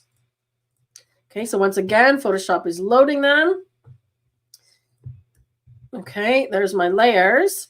Now I need to decide which one is going to be my primary, okay? So I think I want to put the infrared, which is into the color background. So I'm going to put the color one on the bottom, okay? So now you can see what happens. And I'm going to get this part here. So they're kind of in the foreground because you notice that their legs are not fully in this picture. So I can't just put them there, right? But if I put them here, right, I can also expand this layer. So if I want to resize this layer, Command T on your keyboard. Again, this is a Photoshop shortcut that I use a lot. Or you can go up here into Edit, Transform. Where is it? Scale. Right? So with this one, I can make the image bigger. So I'm going to expand it so that we have more to work with on the bottom here, like so. And also, it means they will cover the witches in the background. Okay? Like so. Okay? So I made it larger. Now, what I want to do is to start masking this image. So I'm going to add a mask, or I could use Photoshop's automated find subject and select them and put them on a new layer. Okay, so there's two ways you can do this when you're combining with Photoshop. Okay, so similar to what I did, previously, where we cut out an object with Luminar, you can cut out an object here as well. So I'm going to go, oh, why aren't these smart objects? That's interesting. So before I resize this, I'm going to make this a smart object. It should have been a smart object. That's interesting. I'm just going to redo transform. Okay, so now I'm going to attempt to cut out the subject. So to get that, when you go select, you can go up to select in the menu and subject. So Photoshop will scan and see how it's kind of selected them, right? Now I need to do a refine, okay? So as long as I have any selection tool highlighted on my toolbar, I just chose the lasso, so L. Now there's a button here that says select and mask. You can also get to it up in this area too, select and mask. So when I choose select and mask, now I get this new window, okay, and it's showing me what it has selected, okay, but it's got bits of the background in here. I need to get rid of some of that stuff. So I need to spend some time masking these things to select, you know, the people, okay. So I can say, okay, I want to refine it this way, okay, and same ways you do in Luminar Neo, where you're defining the subject and the background, right? But for the purposes of this demonstration, I'm actually not going to do it this way because I think it's honestly easier to just mask out from this image that I've already got, okay? So right now, I've got the subject kind of selected, right? So I'm just going to invert it. And then when I click Option and do mask, remember how I said that makes an inverted mask or a black mask? Now when I do it, it's going to basically delete the background, okay? And as you can see, they're not big enough to cover the other girls, or we need to move this, okay? So we can move this up. We can make them bigger, and I want to make them a smart object before I do that. Okay, so I'm going to make them bigger yet. I'm going to cover the background. There we go. Something like that. And then we'll crop the feet out at the bottom, right? Okay, so then I'm going to crop.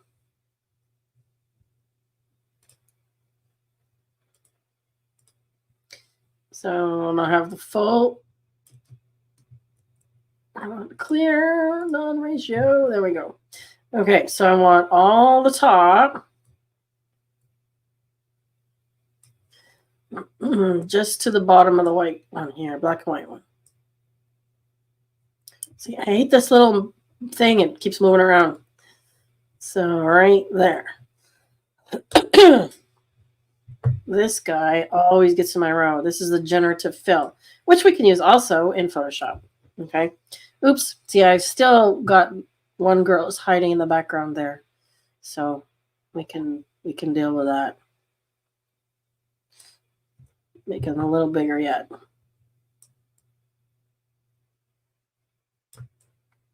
So we still got one in the background we need to hide. So I might just have to use generate on her, or the generative fill. I keep mixing up my terms. Okay, now obviously our mask is not perfect. Okay, so this is where I can add a mask, okay, to this object. Okay. And somewhere along the way, I deleted the selection, so that's no good.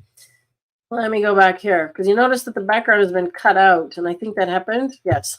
So I made a mistake. So when I converted this into a smart object, it applied this mask and cut out the background. Okay, so that's my bad. So I need to keep it as the original. You have to be careful when you're resizing things that aren't a smart object. See, I'm trying to cover as much of the girls in the background as possible. Let's do about there. Okay. Then we can do a crop. All right, now we're in business. Now I've still got the original image, because what had happened is it cut the background out, the mask was gone, and as were the pixels, okay? So when you apply a mask in that way, it's a destructive edit, okay? So we're missing part of her head, okay? So when you're masking, white reveals, so white reveals part of this layer. Black conceals the part of this layer. So anywhere that I want to reveal, for example, let's go back up here. Remember, you can do Shift, click on the mask to show the original. So I'm missing part of her head. So I just want to start painting in. I'm going to go to 100%. I want to just see her whole head, right? So now I see where she is, and now I can mask it better, right? So masking is a skill that is extremely challenging, or can be, right? You can spend a lot of hours masking and perfecting.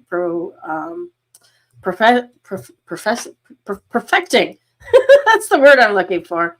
Perfecting a mask and perfecting your masking skills, right? So I'm not doing a perfect job of masking here, but I just want them to blend in a little better. So I'm just sort of masking bits in here that make sense.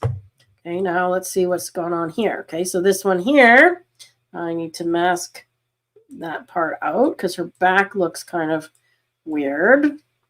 So let's just smooth that out. She's got some things here. So when you're masking, you definitely need to zoom in, right? And in this case, I'm going to get a harder edge brush.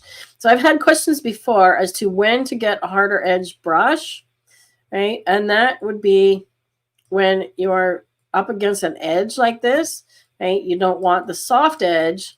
You don't want it to blend. You want it to be crisp, okay? So when you want a crisp edge, use a harder edge brush. Okay, so I'm just cleaning up that edge. Looks like there's some grasses here. Then there's some grass in here, right? So we want the bridge to show in here, not grass. See that? So I'm just taking my time, masking it out manually. Okay? So I'm not going to spend too much time on this. I'm just going to do a really quick and dirty job to show you. Let me mask it 100%. Okay, so now we're showing the background image through here, right? The bridge, okay? In the black and white image on top.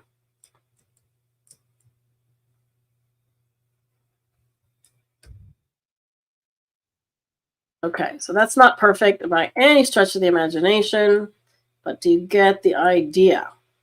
Okay. Details matter, like check this little area in between here, okay? Same thing here, these little areas in between their hair, okay? Now, definitely, we want to get rid of the girl in the background here, and there's some stuff here as well. There's another girl there, okay? So clean up the background, get rid of all this stuff in the middle here. Oh, somebody else's leg, look at that, okay? The grass. So again, we want bridge, not grass. And watch out for things that are transparent like this, you know, like her sort of this veil. In that case, you know, I would kind of do a 50%, right?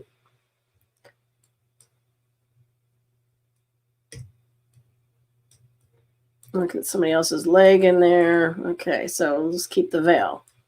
All right, let's see how we're doing. Okay, so pretty close. We've got a leg in here. So in order to cover this leg, I could actually just show the other background and say, well, let's have some grass in there. It doesn't make any sense whatsoever, but we could do that to cover that. I could cover the face with the veil like that. So that's the easy way, right, to do that. And I've still got some stuff going on up here around her head. Like that. Okay. So it's not perfect, but you get the idea of what I'm trying to do here. I still like the idea of having the background image here. So we'll have to mask this one. I'll have to get rid of her in the background. Sorry, Sheena. Sheena is an amazing, these girls are all mostly models. Sheena is a boxer, fitness trainer, and stunt woman. That's her face in the background here. And that's her over here.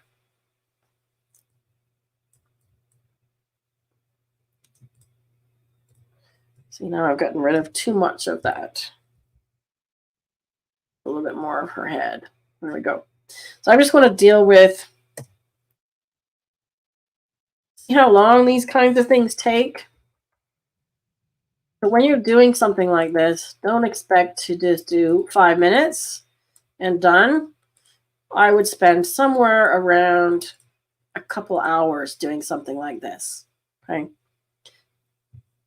I'm just going to mask this background out like that and then bring the horn back. Horn back. There we go. Okay. So I would spend a couple of hours on an image like this if I really wanted to do it. Okay. So to get rid of the face in the background, I'm just going to do a selection like this. So make note, I'm on the background image. I'm going to use generative fill and just hit enter, and it should fill in with something from the surrounding areas. Sometimes generative fill does weird things, so we'll see what happens. Yeah, so it put in another random face of a person who's not even in the image. So another way to solve that is to use the content aware fill. So I'm literally just going to grab a small area here. So I'm going to deselect it. I'm just going to grab her face. And when you do this, it will fill in to that area. See that? So this is a patch tool.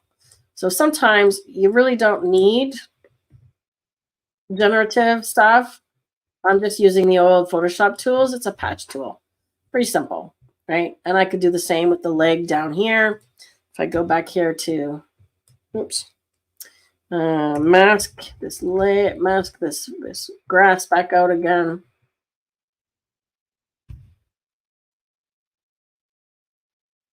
Oops. What's happening? Why is it not painting for me? Ah.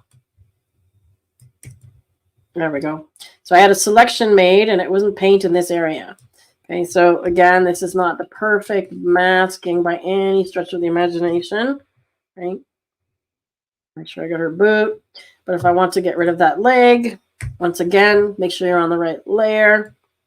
I'm just going to do a lasso, use the patch tool, and the patch tool does a pretty good job. Wasn't perfect. Let me get a new selection here.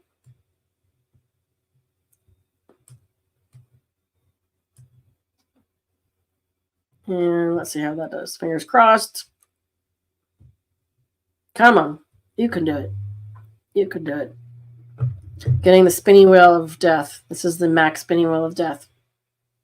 Let me see if there's any questions. I didn't get a weasel. Yeah, see, Photoshop is not responding. No, I did not get a weasel. I got some very strange things happening in the gen erase in Luminar.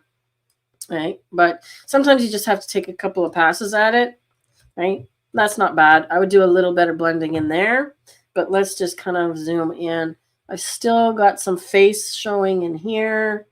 Looks like in this background area. Maybe it's a mask. I'm not sure. Yeah, I still need to mask that a little bit more with the white. So, oops, other way around. See, I get my masking wrong there. So, that's the weird face. How is that even possible? Oh, that's her face. Okay, I missed one. All right, let's do that face then. And let's do the patch tool over here. There we go. Okay, so my masking is not perfect around all of the objects, but we're getting close, right? So now you can see that we've got this. I'm missing part of her arm, it looks like, too. Yep, missing her arm. Yeah, there we go. She has no arm. I always look closely at everything because I thought we were good on this side and she was missing an arm. Where she got this antelope skull, I have no idea. This girl here on the left is a professional wrestler. And if we have time, I'll do one last image of hers in Luminar as well. So I think this one would be a lot more complicated in Luminar, but not impossible. Based on, load the first image of the background and then just put the second image on top as a layer and mask the same way that I did here, right? So once again, we can just do a save, or I can add another adjustment. I'm going to add, let's see. I want to add a colorization. I want to add a selective color or a photo filter. Photo filter or color lookup.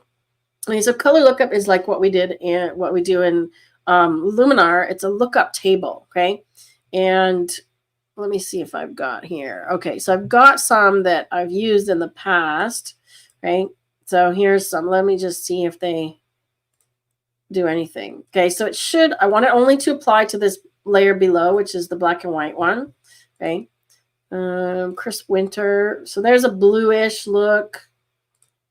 I can dial it down, right? Let's see if there's another one that moonlight. Okay, now we're talking. Okay, now we're talking. So I had some LUTs loaded in Photoshop previously. Again, we can change this blend mode to darken or some other blend mode. Let's try, overlay. Overlay does a nice job, right? And then we could just lower the opacity of this layer, which is this tone, okay? So instead of pure black and white, we're giving them more of this midnight tone, like so. All right, so I'm going to save this and close it, and it will come back to Photoshop or come back to Lightroom. So remember, the benefit of doing your editing workflow this way, of going from Lightroom to Photoshop, I feel ridiculous. Your benefit of going from Lightroom to Photoshop is that when you go in layers this way and it creates this new image, okay, when I come back to Photoshop, come back to Lightroom, I now have a PSD, a layered PSD, which actually looks quite cool, right? I'm going to share it with these girls because they're going to like this, I think. So this looks pretty cool, but I can go back in and clean up any of the edges just by opening it again. Okay, so if you need to reopen an image that you've done as layers in Photoshop this way, you open it differently. So you go edit in, open in Photoshop, the first option.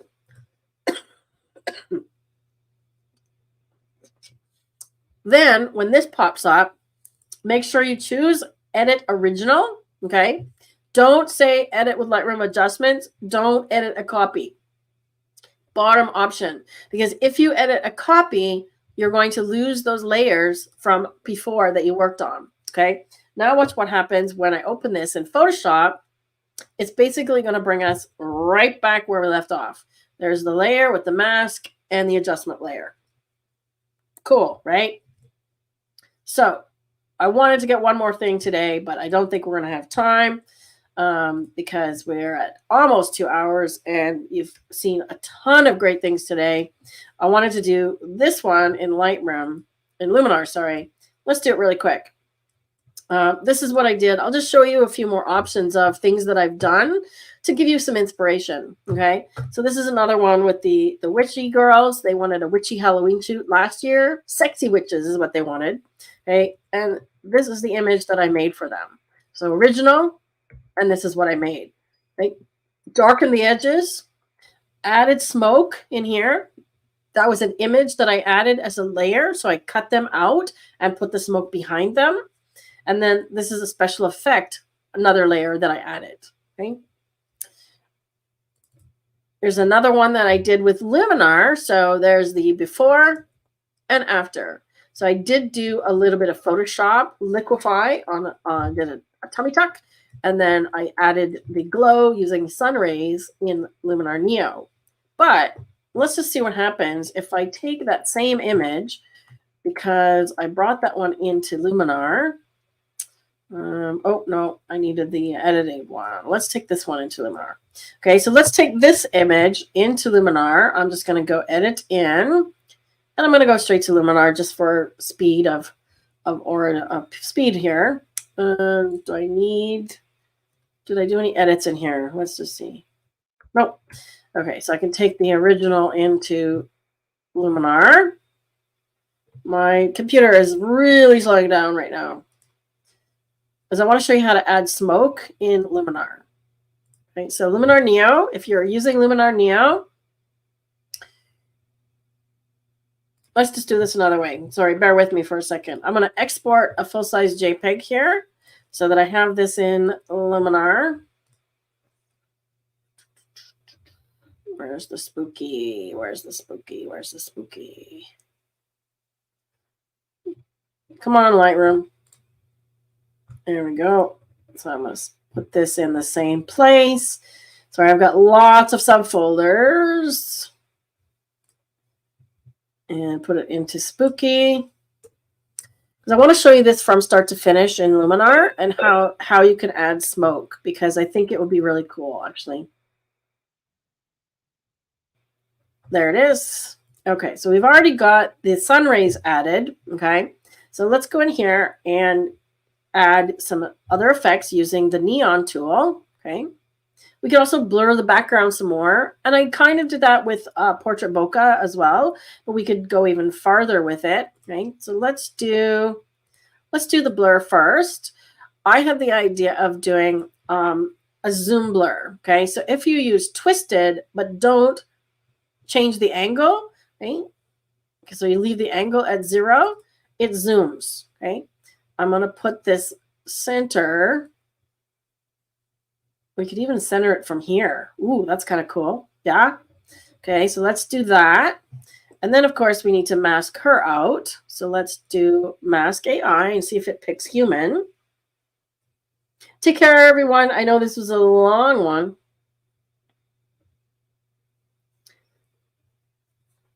Okay, so I'm going to choose human. And, of course, I'm going to have to invert it. So hopefully it picks all of her. Yes. And then invert. Excellent. Okay, so now I'm going to copy it. And I'm going to apply this blur again. So twisted, 100%. Place the blur. It's got to let me put the placement. Place the blur over here. And then just paste in the mask. So what I'm doing is duplicating it so that the effect is twice as powerful. Okay, so I'm just adding this zoom blur onto there. So I couldn't have done that when I did this image originally because the blur tool didn't exist yet. So I like that. I like that the universe is seemingly surrounding this little glowing object. Okay, now let's do neon and glow, and I want to put a glow around her on the outside. So it's going to select her. By default, it picks like an orange color, right? So we should be all right.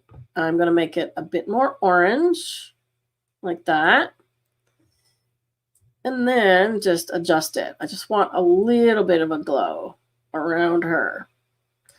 Or we want a bigger glow with less intensity. So you get to decide. Bigger glow, less intensity, or more intensity, smaller glow. Maybe like that. Yeah, maybe like that. Okay. Let's make the orange a little bit intense. And then, of course, we have sparklers. So once again, I'm going to match the hue because I want orange sparklers. So I use 34 above. So I'm going to use 34 again. That's on the hue slider. Right.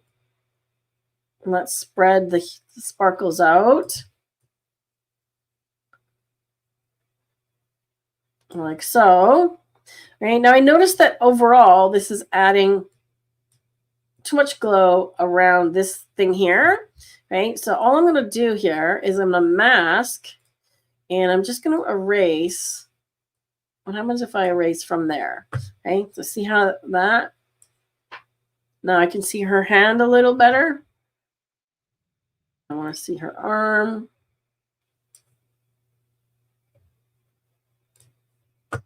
Okay, like that. How's that? I messed up too much of her arm. You get the idea. There we go. Like so. Okay, so that's pretty cool as well. Okay. Now I find that it's gone a little bit contrasty and a little bit overly saturated. Right, so I'm going to go to develop and just bring the highlights down because I want to affect that area mostly. And there's a color tool here where I can actually do saturation at the same time, right? So it's not going crazy. I don't mind that. Okay.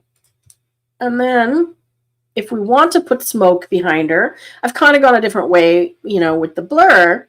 But if we want to put smoke behind her as well, we're getting crazy here. Okay. Let me show that on the other one. Okay. So if I go back here, so what do you think?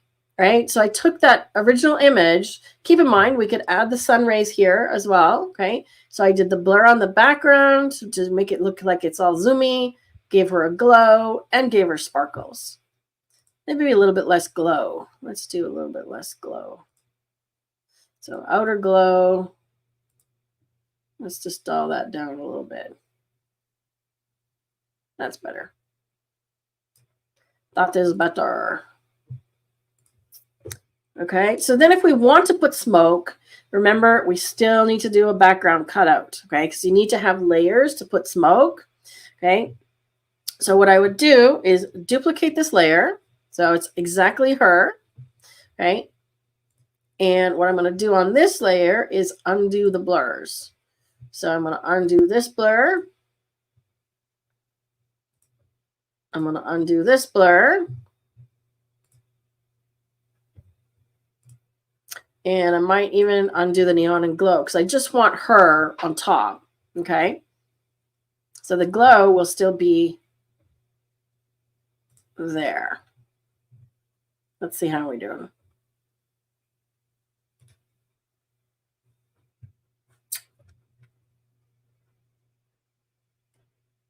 Yeah, I just want her. I just want her. So I'm going to turn off all of these edits, okay? So I'm going to turn off all of these edits because I want to crop her out. Okay, so we're going to go to layer properties, masking, and let's try portrait background because it is a portrait, so it'd probably do a better job of cutting her out. Let's see what we got.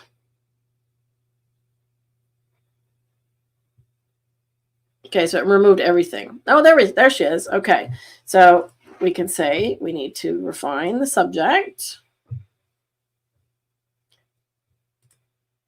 Okay, so it's looking pretty good, actually. It's got her selected pretty well. I'm actually just going to go with that.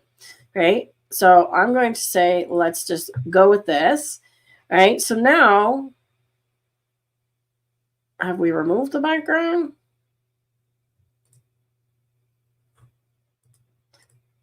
Yes. Okay, so this is what this layer looks like. Okay, now if we add a layer behind her, we need to find some smoke. So I got some images of smoke that I downloaded from stock and so on. Let's see, where are they? Okay, so I just have a little collection. Okay, I don't know if I can drag and drop in here, but I'm going to go to my stock folder and find my smoke images. So photos, stock, fire, and smoke. Okay, so I'm just going to find something that is smoke that is in the background. Where's my smoke? These are all the ones I used for. Can't even see that one. Okay, so I think these are the ones I want because it's a PNG. It's literally white. So I'm going to add that one. And we're going to attempt it. Okay, so it's white on a white background and you can't see it. Okay, but if I increase my opacity, okay, so you can see there is smoke. All right, you can see there is the smoke. I can rotate it at will. Right, so if I want the smoke coming from behind her or coming from there, actually, that's kind of cool as well. So we could have the smoke coming from here. Okay, so again, we could have the smoke lighten, right? And if this layer is not bright enough, of course, we can punch up the whites on the smoke. So I think it's gray smoke, to be honest. Okay.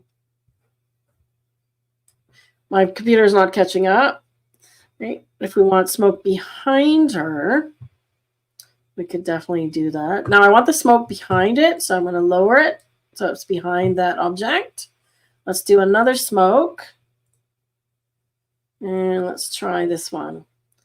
I'm not even sure what this looks like, but we'll find out. So add it. Let's go 100%. I'm going to flip it and let's make it bigger. So let's just say I just want a whole big puff of smoke behind her. Okay, so 100%, lighten, and put it behind her. See that? So now we've got completely, the original image is gone, right? So we've created something more of a fantasy. I'm still not convinced I like this image of the smoke there.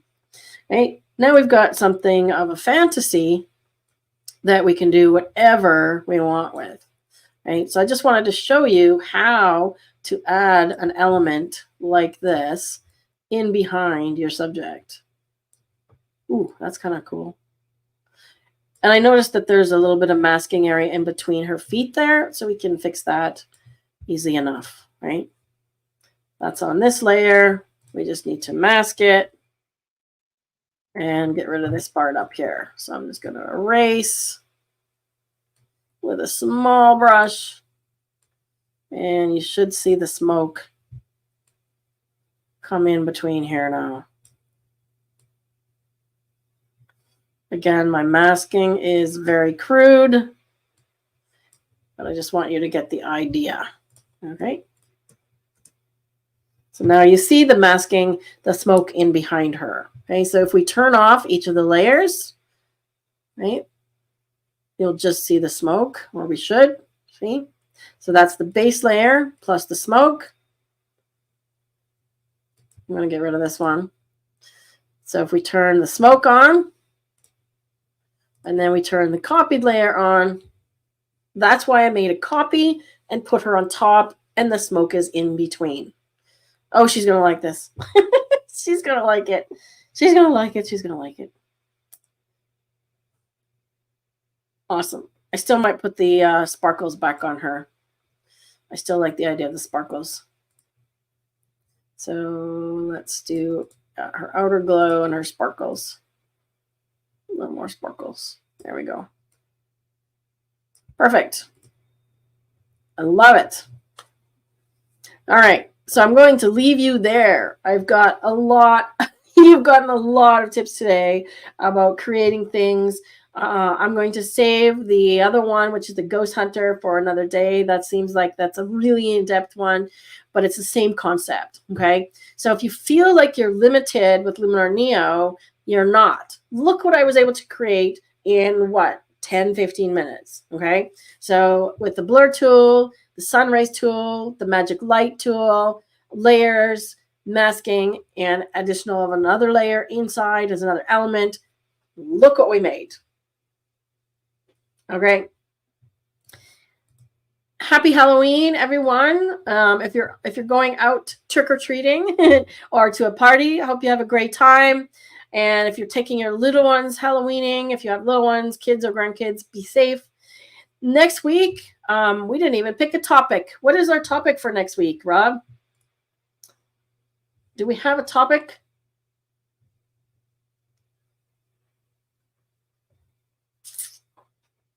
Do we have a topic? What do we want to do? Let me go back to Lightroom. Let's see what I've got left here.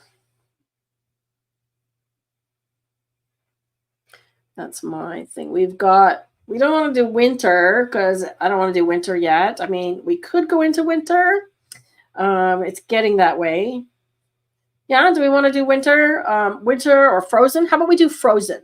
Because that way, those of you that live down under are not left out. It could be a frozen cocktail, right? So frozen next week. Let's do that. Frozen is our next topic. So winter photos or frozen. I'm going to go with that. You know, if you've got Elsa, a princess, frozen in time, an icicle, an ice cube tray, a cocktail, a slushy drink, anything frozen. Okay. So that's what we want for next week. Please put up the link to submit their images, Rob. Let me see if I've got that in here somewhere. No, I do not.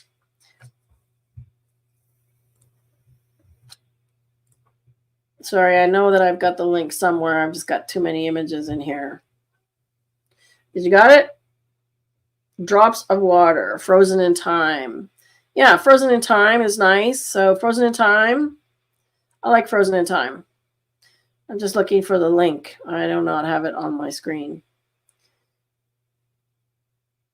I used to have the thing that says join us live. Can't find it. Oh, I think I have it in here.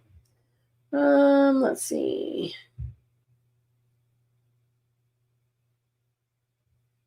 No, sorry, I don't have it. I just have this. There we go. There's the link. It's in the bottom. So I don't have a graphic. I'm sorry. So I'm going to leave you with some funky pumpkins, and I hope you all have a fantastic Halloween. Please submit your frozen in time images using that link, and bring a friend. Bring a friend with you next week, because we'd love to double how many people are watching and help out more people editing their images. Until next time, take care.